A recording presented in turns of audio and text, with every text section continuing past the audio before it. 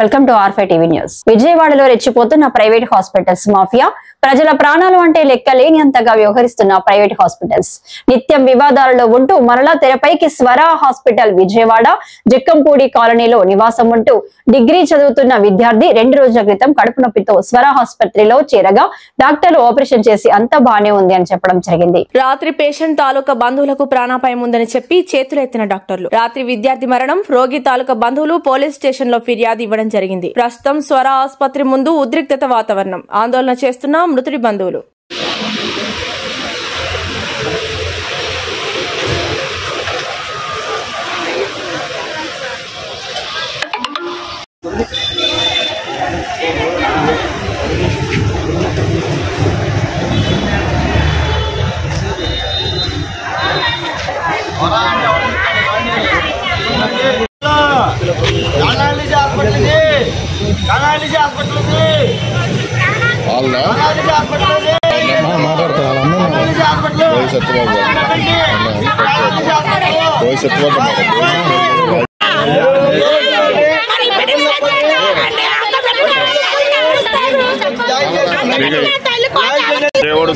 ఎండి గారు సమాధానం చెప్పాలి. స్టేషన్ డాక్టర్ గారు లక్ష్మీనారాయణ గారు ఇద్దరు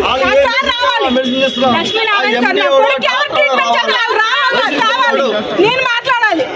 దేని వల్ల తేడా వచ్చిందో నేను మాట్లాడాలి. కూడా బాగానే ఉంది సార్. 1 కాడి నుంచి ఎర్లీ మార్నింగ్ 1 కాడి నుంచి కూడా నైట్ 1 కాడి నుంచి కూడా కండిషన్ బాగాలేదని చెప్పి అది కూడా మొత్తం తీసేసి మీరు తీసేయమంటే కూడా వెంటిలేటర్ తీసేస్తామని ముందు అర్జెంట్గా తీసుకెళ్ళిపోండి ముందు ప్రాక్టీస్. అంబులెన్స్ కూడా కావాలంటే మీరు రండి, అక్కడే ఉంది. అంబులెన్స్ కూడా రెడీ చేసి పెట్టారు. 1 గంటగా అప్పుడే తీసుకెళ్ళిపోమంటున్నారు.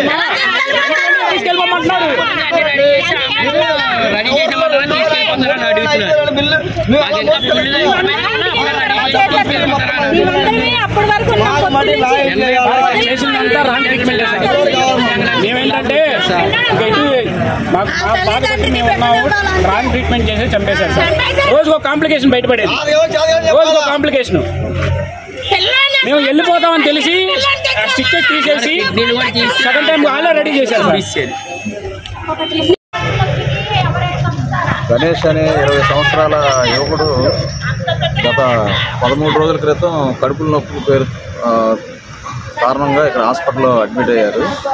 మొదట పేగు సంబంధించిన ఆపరేషన్ చేశామని చెప్పారు. వారం రోజులు మేము డిశ్చార్జ్ చేసేస్తామని చెప్పి డాక్టర్లు మరి తల్లిదండ్రులకు చెప్పారు. వారం రోజులు కాదు, ఇప్పటికి 13 రోజులు అయింది. ఈ 13 రోజుల తర్వాత మధ్యలో ఈ ఆపరేషన్ ఫెయిల్యూర్ అయింది. దీనికి మరలా రీఓపెన్ చేసి మళ్ళీ ఆపరేషన్ చేయాలని చెప్పి మళ్ళీ 2వ ఆపరేషన్ వాళ్ళు చేశారు. చేసిన 24 గంటల్లోనే ఆ గణేష్ మరణించడం జరిగింది. దీనికి వారు తీసుకున్నటువంటి వైద్య విధానంలో ఉన్న లోపాలు, అలాగే వారు తీసుకున్నటువంటి తప్పుడు చర్యల కారణం అని చెప్పి తల్లిదండ్రులుగా అలాగే బంధువులుగా వాళ్ళు ఆందోళన వ్యక్తం చేస్తున్నారు.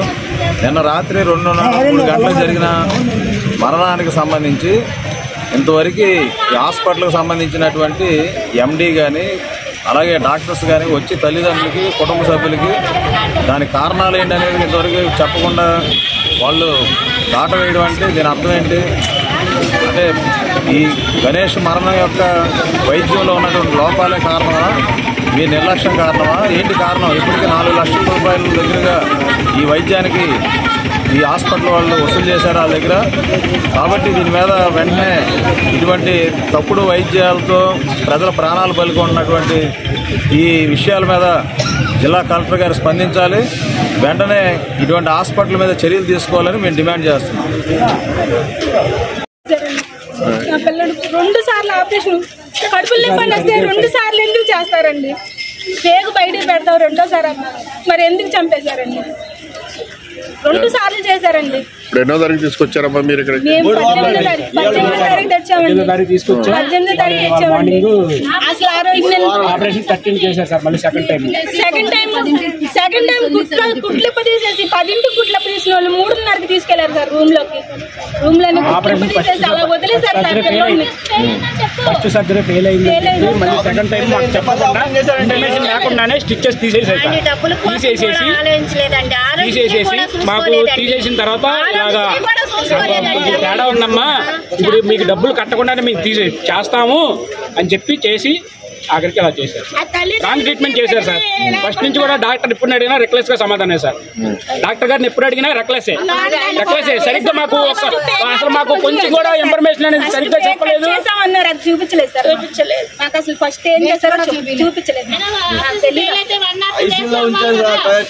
ఆపరేషన్ ఫస్ట్ ఫెయిల్ అయింది. సెకండ్ టైము మాకు ఇన్ఫార్మ్ చేయకుండానే వాళ్ళే చేసేసి మాకు ఇలా చేయండి అమ్మా, డబ్బులు మీరు కట్ట అవసరం లేదు, మీరు డబ్బులు ఏం కట్ట అవసరం లేదు, అన్ని మేమే పెట్టుకుంటాం అని చెప్పి ఈ విధంగా చేశారు.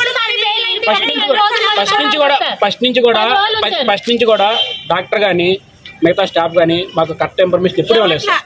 ఎప్పుడు అవును ఎమ్మన్నా ఇంకేంటి నిదానంగా మెరుగవుతుందని చెప్పని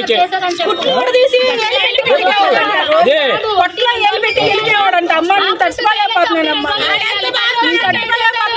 ఈ ట్రీట్మెంట్ కి రోజు కుట్లు నొక్కి నొక్కి నొక్కి నొక్కి నొక్కి పొట్టంతా ఇది మొత్తం కొల్ల అయిపోయింది సార్. ఇది మొత్తం ఇక్కడ నుంచి తోలు ఊడిపోయింది సార్. ఇక్కడ చేస్తే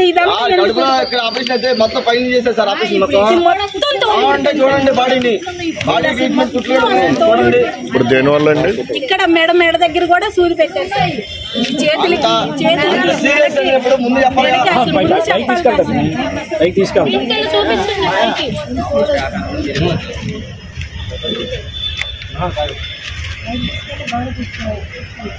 ఇటు పెట్టాలి.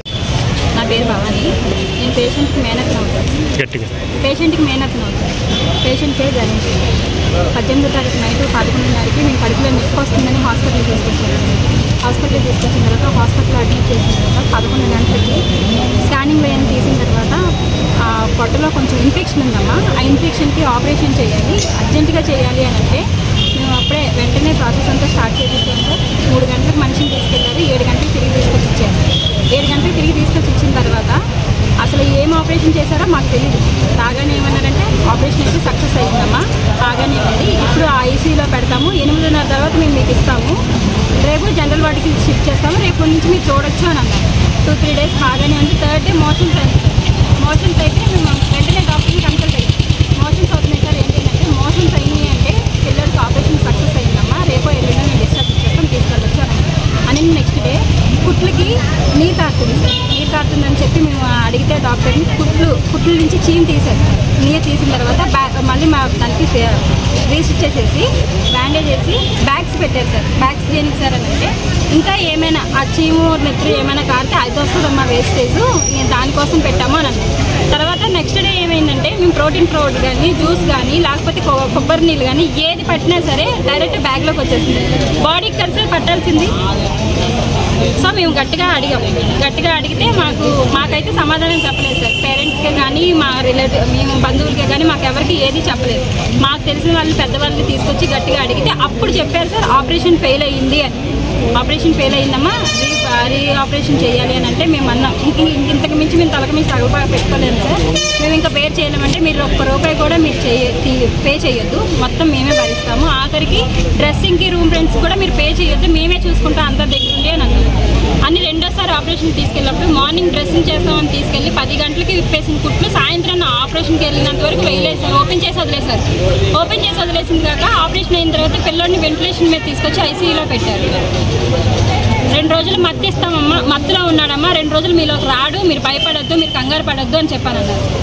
కంగారు పడొద్దు అని చెప్పిన తర్వాత నిన్న 3 గంటల వరకు బాగానే ఉంది, తెల్లవారు 3 గంటలకి బాగా సీరియస్గా ఉంది అని ఫోన్ వస్తే మేము వచ్చేసాం సార్. వచ్చేసిన తర్వాత హార్ట్ బీట్ పెరిగిపోతుంది, బాగా హార్ట్ బీట్ 189 ఉంది, హార్ట్ బీట్ బాగా పెరిగిపోతుంది. సో ఆ హార్ట్ బీట్ కంట్రోల్ అయితే కానీ మేము ఏం చేయలేము అది ఇది అని అన్నారు.